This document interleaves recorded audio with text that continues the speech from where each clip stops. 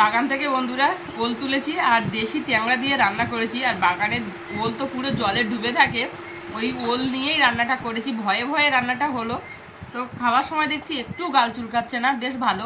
কিন্তু যখন কুটছিলাম তখন কিন্তু হাতটা চুলকাচ্ছিল, বেশ ভয় পেয়ে কিন্তু বাড়ির দেশি ওল আর দেশি ট্যাংরা রান্না করে ফেললাম। বেশ সুন্দর, দুপুরবেলা খাওয়া দাওয়াটা বেশ ভালো হলো। বন্ধুরা চলে আসলাম ওল বাগানে, একটা ওল তুলবো। আমাদের এই ওল বাগানটা না অনেকটাই নিচু, জল বসে বসে দুটো ওল গাছ মারা গেছে এক্ষুনি। ভালোভাবে কিন্তু ওলগুলো এখনো বড় হয়নি, এক্ষুনি ওল বড় হবার সময়ও হয়নি, তো ওল গাছ দুটো মারা গেছে, সেই ওল তুলতে চলে আসলাম। নমস্কার বন্ধুরা, আশা করি আপনারা সকলেই ভালো আছেন, সুস্থ আছেন। সুন্দরবন কৌশলা হাইশিলে আরও একটা নতুন পর্বে আপনাদেরকে অনেক স্বাগত জানাই। বন্ধুরা ওল বাগানে চলে আসলাম, ওল দিয়ে আজকের রান্না করব ট্যাংরা মাছ। আপনারা প্লিজ সম্পূর্ণ ভিডিওটির সাথে থাকবেন। আর এখন ওল তুলতে এসেছি। আমাদের এই ওল বাগানের জমিটা না বন্ধুরা অনেকটাই নিচু, মানে ঘরের পেছনের দিকটা একটু নিচু, মাটি সেইভাবে ভালোভাবে ফেলা হয়নি। আর জল বসে বসে ওল গাছ এই যে দেখুন লাল লাল হয়ে গেছে, ওল গাছটা মারা গেছে, দুটো ওল গাছ মরে গেছে। ওল গাছটা এখনো খাবার মতো আছে। প্রায় ওল গাছগুলো দেখুন দুটো দুটো করে ওল গাছ হয়েছে, এই যে দেখুন এগুলো সব দুটো দুটো করে। এই গাছগুলো সব কেটে খেয়ে নেওয়া দরকার, আর কত খাবো। একেবারে একটা বাগান পুরো ওল, এক বাগান পুরো শুধু ওল দেওয়া হয়েছে। আমি কাঁচি নিয়ে ওল তুলতে এসেছি। আর বন্ধুরা এত বৃষ্টি হচ্ছে, ভালোই কিন্তু বৃষ্টি হচ্ছে, গায়ে জল পড়ছে না। ওল বাগানের নিচে আছি বলে দেখুন পুরো ওল, ওপরে পুরো ওল বাগানের ছাউনি। আর কাঁচি নিয়ে এসেছি ওল তুলতে, ভাবতে পারেন, নরম মাটি বলে ওই জন্য কাঁচি নিয়ে এসেছি। এইভাবে ওলটাকে খুঁড়ে খুঁড়ে বের করে নেবো, মাটি খুঁড়ছি। এই যে ওলটা মনে হচ্ছে বেশ বড় হয়েছে মোটামুটি। আবার তো শেগড় পাগড়, বাপরে বাপ, এত শেগড় পেতেছে, তুলতে টাইম লাগবে।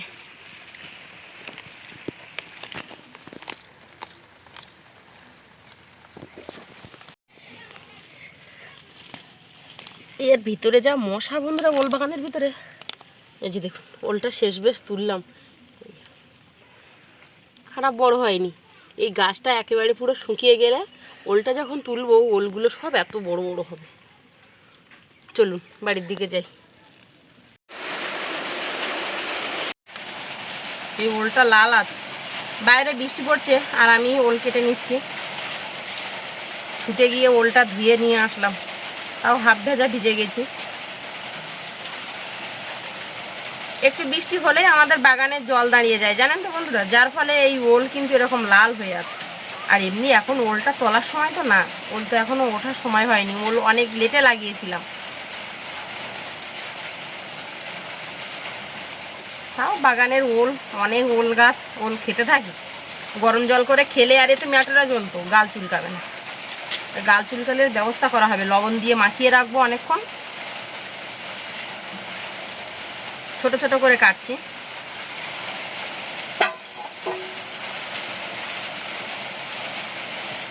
ট্যাংরা মাছ দিয়ে ওল রান্না করব, দারুণ হবে রান্না। ওল কেটে নিয়েছি, ওলে আমি লবণ মাখিয়ে রাখবো। যদি গাল চুলকানোর ভয় থাকে এভাবে একটু বেশি করে লবণ মাখিয়ে আর ঢেকে রেখে দিচ্ছি। দিয়ে উনুন টুনুনগুলো জ্বালিয়ে নিয়ে গরম জল বসাবো। উনুন জ্বালিয়ে নিয়েছি, দুপাশে দুটো কড়া বসিয়ে দেবো বন্ধুরা। আজকেরও জোড়া উনুনটা জ্বালালাম। এক পাশে জল গরম বসিয়ে দেব আর এক পাশে মাছ ভেজে নেব। জোড়া উনুন বসালে একটু রান্নার সুবিধা হয়, ঝটপট রান্নাটা হয়ে যায়। দুপাশে দুটো কড়া বসিয়ে দিয়েছি, এক সাইডে গরম জল করে নেবো। আমার হাতটা কিন্তু বেশ ভালোই চুলকাচ্ছে, লবণ দিয়ে তো জাকিয়ে রেখে দিয়েছি ওল। আর এপাশে গরম জলে সেদ্ধ করে নেব, আবার গরম জল দিয়েই রান্না করব। দেখি কি হয়। ওলটা জল বসে না, ওলের গড়ায় জল বসেছিল বলে ওই জন্য হাত চুলকাচ্ছে।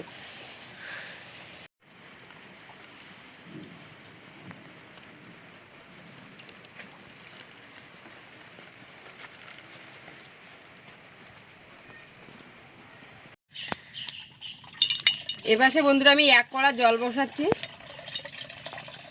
আর এপাশে কড়াইতে সাদা তেল ছিল। আর এই যে আজকের ওলের জন্য ট্যাংরা মাছ, আটলের ট্যাংরা। যে কটা ট্যাংরা আছে একটা তরকারি খুব ভালো রকম হয়ে যাবে। দেশি ট্যাংরা, লবণ হলুদ মাখিয়ে নিচ্ছি।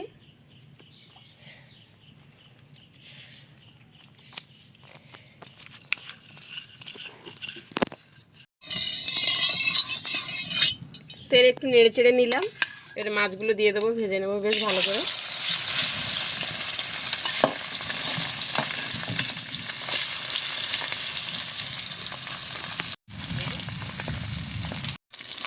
মাছগুলো তো এপাশে ভাজা চলছে, এপাশের গরম জলটা আমি ওলে দিয়ে দিচ্ছি।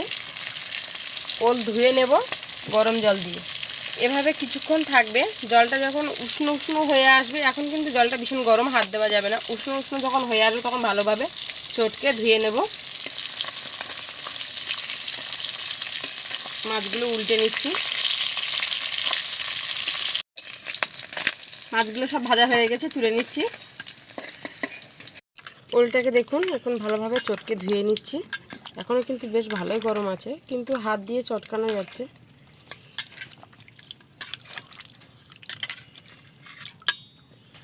গরম জলে দিয়ে দিচ্ছি, সেদ্ধ করে নেব। একটু সামান্য হলুদ দিয়ে দেবো।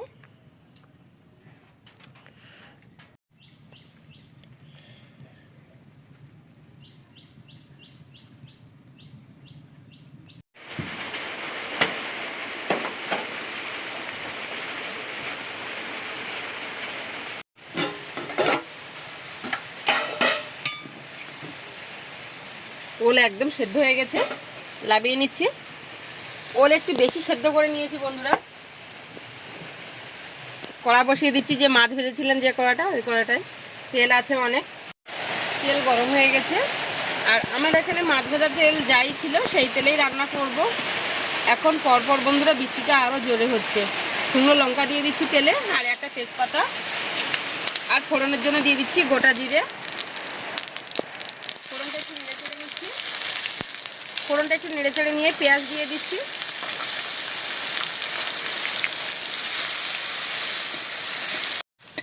পেঁয়াজটাকে হালকা একটু নেড়ে চেড়ে নিয়েছি।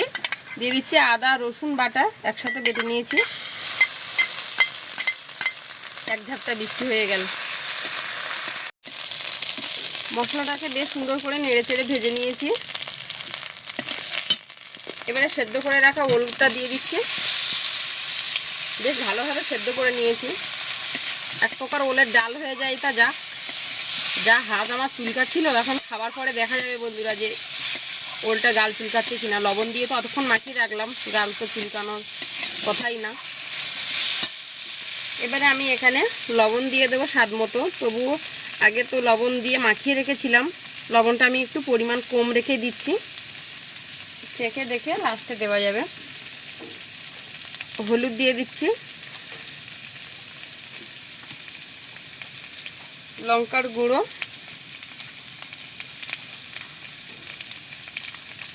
2 চামচ মতো দিলাম। এবারে একটু নেড়ে চেড়ে কষে নেব। বেশ সুন্দর নেড়ে চেড়ে কষে নিয়েছি। গরম জল দিয়ে দিচ্ছি।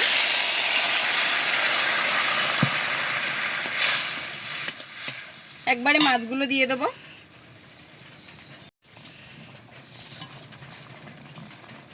ঢাকা দিয়ে ফুটিয়ে নেব। ঢাকাটা খুলে নিচ্ছি। বেশ একটু ফুটিয়ে নিয়েছি। একটু জিরের গুঁড়ো দিয়ে দেবো, দিয়ে লাবিয়ে নেব।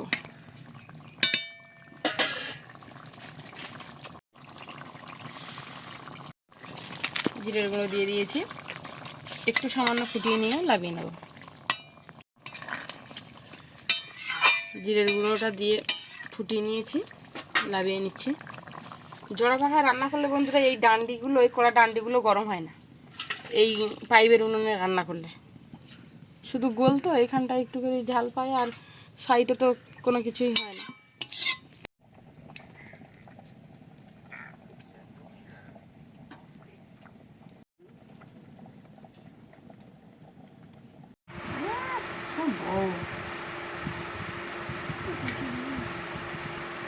গাল চুলকাবে না, খেয়ে দেখ না।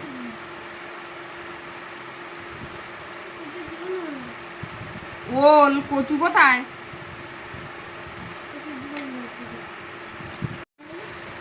ওল গাল চুলকাবে না রে।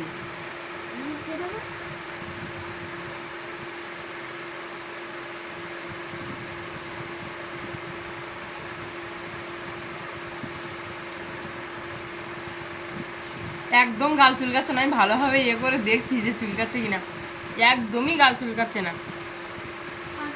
বেশ সুন্দর হয়েছে আর টেস্টও বেশ ভালো হয়েছে। আকাশ বলছে আরো খাও।